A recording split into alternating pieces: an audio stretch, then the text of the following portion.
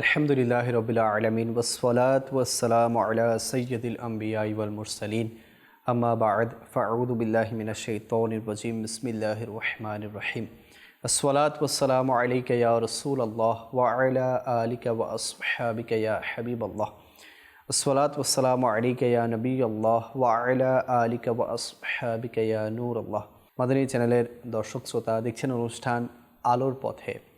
যে যেখান থেকে আমাদের সাথে শরীক হয়েছেন আপনাদের সবাইকে জানাচ্ছি আমাদের এই অনুষ্ঠানের পক্ষ থেকে অসংখ্য শুভেচ্ছা এবং অভিনন্দন। মূল পর্বে যাওয়ার আগে আমরা একটি দরুদে পাকের ফজিলত শুনে নেই। প্রিয় নবী রসুল আরবি হুজুর পুন্নুর সাল্লাল্লাহু আলাইহি ওয়াসাল্লাম ইরশাদ করেন, যে ব্যক্তি সকালে 10 বার ও সন্ধ্যায় 10 বার আমার উপর দরুদ শরীফ পাঠ করবে, কাল কিয়ামতের দিন আমি তার জন্য সুপারিশ করব। সাল্লু আলাল হাবিব সাল্লাল্লাহু তাআলা আলা মুহাম্মদ সাল্লাল্লাহু তাআলা আলাইহি ওয়াসাল্লাম সালাতাম ওয়া সালামান আলাইকা সাইয়্যিদি ইয়া রাসূলুল্লাহ। দর্শকবৃন্দ, আজকে আমরা যে বিষয়টি নিয়ে আলোচনা করব তা হচ্ছে তাড়াহুড়ো বা তাড়াহুড়ো আমরা অনেক সময় করি। তো তাড়াহুড়ো কিসের জন্য, এই বিষয়টা হচ্ছে আজকে আমাদের আলোচনায় থাকবে। তো একবার ব্যাংকের ভেতর এক ব্যক্তি প্রবেশ করলেন এবং একটি চেক ক্যাশিয়ারের কাউন্টারে রেখে বললেন যে এই টাকা আমার অ্যাকাউন্টে ট্রান্সফার করে দিন। পরবর্তী নিঃশ্বাস নিয়ে বললেন যে টাকাটা ট্রান্সফার হতে আমার অ্যাকাউন্টে আসতে কতক্ষণ সময় লাগবে। তো ক্যাশিয়ার বললেন, স্যার, আগামীকালের মধ্যে টাকাটা আপনার অ্যাকাউন্টে ট্রান্সফার হয়ে যাবে। তো ওই ব্যক্তিটা কিছুটা রেগে বা অসন্তুষ্টির সুরে বললেন যে এই চেকটি তো আপনাদের পাশের ব্যাংকের, আপনাদের ব্যাংকের পাশে একটা ব্যাংক আছে, সেই ব্যাংকের, তো ট্রান্সফার করতে এত সময় কেন? কয়েক মিনিটের মধ্যেই তো এটা হতে পারে। তো ক্যাশিয়ার বললেন, স্যার, আমাদেরকে কিছু স্টেপস ফিল করতে হয়। ব্যাংকটা যত কাছেই থাকুক না কেন, আমাদের এই স্টেপসগুলো ফিল করা ছাড়া আমরা ট্রান্সফার করতে পারি না। তো ওই ব্যক্তি ক্যাশিয়ারের কথা থামিয়ে দিয়ে বললেন, এটা কেমন কথা? তো ওই ক্যাশিয়ার বললেন, আমি আপনাকে একটি উদাহরণ দিয়ে বোঝাচ্ছি। ধরুন কবরস্থানের সামনে এক ব্যক্তি অ্যাক্সিডেন্ট করল এবং অ্যাক্সিডেন্ট করে তার মৃত্যু হয়ে গেল।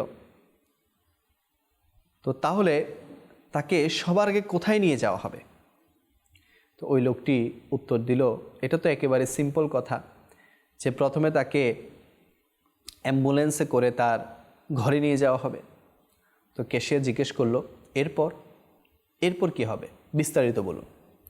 তো ওই ব্যক্তি বলতে লাগলেন, এরপর তার আত্মীয় স্বজনকে সংবাদ দেয়া হবে, গোসল এবং কাফনের পর জানাজা হবে, এরপর কবরস্থানে নিয়ে গিয়ে তাকে দাফন করা হবে। তার মৃত্যু তো একেবারে কবরস্থানের সামনেই হয়েছে, তাহলে দাফন করতে এতগুলো স্টেপস কেন, বা দাফন করতে এত সময় লাগলো কেন? লোকটি বললেন, পরিষ্কার বিষয় যে কিছু স্টেপ পূরণ করতে হয় যেগুলোতে সময় লাগে। তো ক্যাশিয়ার বললেন, জনাব, এটাই তো আমি আপনাকে বোঝাতে চাচ্ছি যে আমাদেরকেও কিছু কাজ সম্পন্ন করতে হয়, যদিও অন্য ব্যাংকটি আমাদের সামনেই অবস্থিত। তো মাদানী চ্যানেলের দর্শকবৃন্দ, আমাদের সমাজের অসংখ্য ব্যক্তিকেই তাড়াহুড়ো করতে দেখা যায়। তাড়াহুড়ো, তার সময় নেই। বাস, ট্রেন বা লিফটে তাড়াহুড়ো করে ওঠার চেষ্টা করা, তাড়াহুড়োতে অজু পরিপূর্ণভাবে না করা, নামাজকে অসম্পূর্ণ আদায় করা, কারো উপর অসন্তুষ্ট হওয়ার সাথে সাথে তাকে অভিশাপ দেয়া, জিকির ওজিফার রেজাল্ট তাড়াতাড়ি কামনা করা, ভণ্ড ঝাড়ফুঁককারীদের দেখে দ্রুত প্রভাবিত হওয়া, হুট করেই কাউকে গুনাহগার, যেমন মিথ্যুক, চোর, ঘুষখোর, সুদখোর ইত্যাদিতে সাব্যস্ত করা।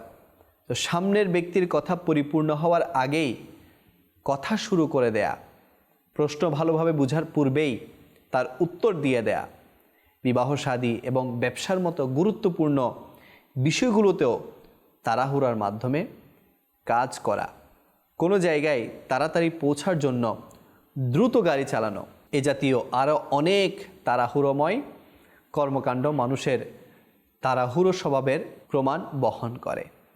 তো প্রিয় ইসলামী ভাইরা, সূরা আম্বিয়ার মধ্যে আল্লাহ পাক ইরশাদ করেন, যার অনুবাদ হচ্ছে মানুষকে তাড়াহুড়োকারী করে সৃষ্টি করা হয়েছে, কিন্তু এর অর্থ কখনো এই নয় যে মানুষ তার প্রতিটি কাজ তাড়াহুড়োর মাধ্যমে করবে, জলদি জলদি করার চেষ্টা করবে। কেননা আমাদের প্রিয় রাসূল মা আমেনার বাগানের সুবাসিত ফুল সাল্লাল্লাহু তাআলা আলাইহি ওয়াসাল্লাম আমাদেরকে তাড়াহুড়ো করার ক্ষতি সম্পর্কে সচেতন করেছেন, তাড়াহুড়ো যাতে আমরা না করি, এবং ধীর স্থিরতার সাথে কাজসমূহ সম্পাদন করার শিক্ষা দিয়েছেন। এ সম্পর্কে নবী করিম সাল্লাল্লাহু আলাইহি ওয়াসাল্লামের দুটি হাদিসে পাক আমি আপনাদের সামনে পেশ করছি। নাম্বার 1, ধীর স্থিরতা আল্লাহ তাআলার পক্ষ থেকে এবং তাড়াহুড়ো শয়তানের পক্ষ থেকে। তো যারা ধীর স্থিরভাবে যে কোনো কাজ সম্পাদন করে এবং কোনো কাজ করার জন্য একাগ্রতা সহকারে সেই কাজটিকে করে, তখন মনে করবেন এটা আল্লাহ তাআলার পক্ষ থেকে। আর যারা শুধু তাড়াহুড়ো এখনও বের হচ্ছে না, লেট হয়ে যাচ্ছি, সেখানে কিভাবে পৌঁছবো, আমার ট্রেন ছুটে যাবে, আমার বাস ছুটে যাবে, তাড়াহুড়ো, সব কাজে তাড়াহুড়ো যারা করে, মনে করবেন এটা শয়তানের পক্ষ থেকে। আমার নবী আরও ফরমান, যখন তোমরা সহনশীলতার মাধ্যমে কাজ করেছ তখন তোমাদের উদ্দেশ্যকে পেয়ে গেছো অথবা শীঘ্রই প্রাপ্ত হবে, আর যখন তোমরা তাড়াহুড়ো করবে তখন তোমরা ভুল করে বসবে অথবা সম্ভাবনা আছে তোমাদের মাধ্যমে ভুল সংগঠিত হবে। তাড়াহুড়োকে হযরত সাইয়্যিদুনা হাসান বসরি রাহমাতুল্লাহি তাআলা আলাইহি বলেন, মুমিন, যারা মুমিন ঈমানদার, তারা বুঝে শুনে ধীরে সুস্থে ও চিন্তাভাবনার মাধ্যমে কাজ করে থাকে। রাতে লাকড়ি জমাকারীর মতো হয় না যে তাড়াহুড়োতে যাই হাতে পায় উঠিয়ে নেয়। তো প্রিয় ইসলামী ভাইরা, আসলেই চোখে দেখা বাস্তবতা হচ্ছে যেসব মুসলমান ধীরে সুস্থে প্রশান্ত চিত্তে নিজের কাজকর্ম করেন, তাড়াহুড়ো করেন না, তাদের সফলতার চান্স বেশি থাকে। অন্যদিকে তাড়াহুড়োকারী ব্যক্তি প্রতিটি কাজ তাড়াতাড়ি করার কারণে নিজের অধিকাংশ কাজকে নষ্ট করে ফেলে। এমন ব্যক্তির সফলতার হার কম আর ব্যর্থতার হার বেশি হয়ে থাকে।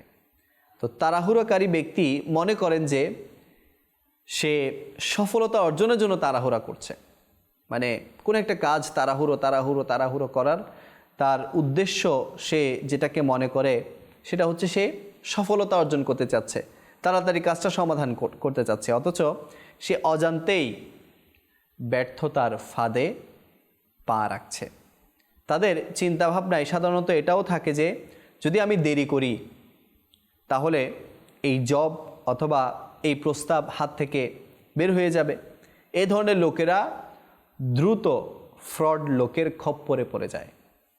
জি হ্যাঁ, যারা প্রতারক, যারা বাটপার, এরকম লোকের হাতে পড়ে যায় যারা তাড়াহুড়ো বেশি করে। তাড়াহুড়ো করা যাবে না। এরপর বলা হচ্ছে এবং বিভিন্ন ধরনের ক্ষতির সম্মুখীন হয়। অনুরূপভাবে লোভও তাড়াহুড়ো করিয়ে থাকে। যেমন একটি ঘটনা বর্ণনা করা হয় যে এক ব্যক্তির মুরগি প্রতিদিন স্বর্ণের ডিম দিত, প্রতিদিন। সে সবগুলো ডিম একসাথে অর্জন করার জন্য লোভে পড়ে মুরগিকেই জবাই করে দিল। হ্যাঁ, সে মনে করলো যে মুরগির কাছ থেকে প্রতিদিন একটা একটা করে পাওয়ার চেয়ে একেবারে তাকেই জবাই করে দেয়, তার ভেতরে যতগুলো আছে সব একসাথে পেয়ে যাব। তো লোভ, তো এই লোভ তাকে তাড়াহুড়ো করিয়েছে এবং তাড়াহুড়ো করার কারণে সে যখন পেট কেটে দেখলো তখন দেখলো সেখানে একটাও ডিম নাই। মুরগি তো ভাই আর ডিম পেটের মধ্যে সঞ্চয় করে রাখে না, জমিয়ে রাখে না যে আপনাকে প্রতিদিন একটা একটা দিবে। তার প্রাকৃতিক নিয়মেই একটা একটা হওয়ার সিস্টেম, সে প্রতিদিন আপনাকে একটা একটাই দিবে। তো লোভে পড়ে সে তাড়াহুড়ো করতে গিয়ে ক্ষতির সম্মুখীন হয়ে গেল। একইভাবে ভয়ভীতিও তাড়াহুড়োর অন্যতম একটি কারণ। মানুষ এই কারণেও তাড়াতাড়ি ঘুষ দিতে প্রস্তুত হয়ে যায় এবং এই অফিসারই পরে ওই কাজ করে দেয় না। তো ভয় ভীতি না রাখা উচিত। আপনি যদি লিগ্যাল থাকেন, আপনি যদি রাইটে থাকেন, তাহলে ভয়ের কোনো কারণ নেই, আর তাড়াহুড়োরও কোনো কারণ নেই। তাড়াহুড়ো এটার কারণে অনেক সময় ভালো কাজ, সহজ কাজটাও আপনার জন্য কঠিন হয়ে যায়। তো আসুন, এর জন্য আমাদেরকে কি দরকার? আমাদেরকে দরকার নিজেকে কন্ট্রোল করা। নিজেকে কন্ট্রোল করা বলা হচ্ছে বীজ থেকে বৃক্ষ, ইট থেকে ঘর, ময়দান থেকে পুকুর বানাতে এবং ফল পাকতে কম বেশি সময় লাগে। তাড়াহুড়ো করলে হয় না। আপনি বীজ বপন করেছেন, আপনি যদি বলেন যে না আজকের মধ্যেই গাছ উঠতে হবে, সম্ভব না। আপনি ইট এনেছেন, মিস্ত্রিকে বললেন ভাই আমি ইট তো এনে দিয়েছি, আজকে রাতারাতি আমার 1 তলা 2 তলা বিল্ডিং করে দাও, সম্ভব না। এরপর আপনি খোলা ময়দান, এখন লেবারদেরকে বললেন তাড়াতাড়ি পুকুর বানিয়ে দাও, কখনোই সম্ভব না। এটার জন্য কম বেশি সময় লাগে। কাঁটাযুক্ত ঝোপঝাড়ে কাপড় আটকে গেলে যদি তাড়াহুড়ো করে ছাড়াতে যান, তাহলে হয়তো কাপড়ের টুকরো হাতে আসবে, কিন্তু কাপড় নয়। তাই আমাদেরকে প্রতিটি কাজ তাড়াহুড়ো করার অভ্যাস থেকে বাঁচার ব্যাপারে ভাবা উচিত। কী করতে হবে? তাড়াহুড়ো করার পরিবর্তে আমাদেরকে ধীরে সুস্থে ভেবে চিন্তে করতে হবে। মনে করে দেখুন, তাড়াহুড়োর কারণে অনেকবার আমাদেরকে অনুশোচনা করতে হয়েছে, আফসোস করতে হয়েছে যে কেন আমি তাড়াহুড়ো করলাম। তাড়াহুড়ো না করার কারণে খুব কমই অনুশোচনা করেছেন হয়তো। এজন্যই যে কোনো জায়েজ কাজ করার পূর্বে তার লাভ ক্ষতি সম্পর্কে ভালোভাবে ভাবুন, অতঃপর দৃঢ়চিত্তে সিদ্ধান্ত নিন এবং সাহসের সাথে সেই কাজটি পরিপূর্ণ করার চেষ্টা করুন। ইনশাআল্লাহুল করিম আপনার জীবন সহজ হয়ে যাবে। নবী করিম সাল্লাল্লাহু আলাইহি ওয়াসাল্লাম ইরশাদ করেন, কাজ ভেবেচিন্তে গ্রহণ করো, অতঃপর যদি তার ফলাফল ভালো দেখো, খারাপ দেখো, তাহলে তা থেকে বিরত থাকো। যদি তোমাদের কোনো কাজে দিনী বা দুনিয়াবি ক্ষতি দৃষ্টিগোচর হয়, তাহলে সেই কাজটি শুরুই করো না। আর যদি প্রথমেই শুরু করে থাকো, তা বন্ধ করে দাও, তা পরিপূর্ণ করো না। তো প্রিয় ইসলাম ভাইয়েরা, আমরা শুনলাম যে তাড়াহুড়ো না করে নিজেকে কন্ট্রোল করতে হবে। আর কোনো একটা কাজ করার আগে সেটার রেজাল্ট সম্পর্কে আমাকে চিন্তা করতে হবে যে এটার রেজাল্ট কী হবে, এটার আউটপুট কী হবে, এটার পরিণাম কী হবে, আমার জন্য কি এটা ভালো না খারাপ। খারাপ হলে ছেড়ে দিব, ভালো হলে করতে থাকব। হ্যাঁ, যদি তাড়াহুড়ো করার প্রয়োজন পড়ে করব। আসুন এবার আমরা শুনি যে কিছু কাজ আছে যেগুলোতে তাড়াহুড়ো আসলেই করা দরকার। এতক্ষণ তো আমি বললাম যে তাড়াহুড়ো করা যাবে না, তাড়াহুড়ো করলে অনেক ধরনের ক্ষতির সম্ভাবনা থাকে, কিন্তু কিছু কাজ আছে আপনাকে তাড়াহুড়ো করতেই হবে। হাদিসে পাকে আছে, ধীর স্থিরতার প্রতিটি কাজেই অবলম্বন করো, শুধুমাত্র আখিরাতের কাজ ব্যতীত। পরকালের কাজ যেগুলো আপনাকে পরকালে ফায়দা দিবে, বলা হচ্ছে দুনিয়াবি কাজে ধীর স্থিরতা ভালো বিষয়, হতে পারে সেই কাজটি খারাপ। দেরি করার কারণে তার মন্দ ফলাফল সম্পর্কে জানা যাবে এবং আমরা তা থেকে বিরত থাকব।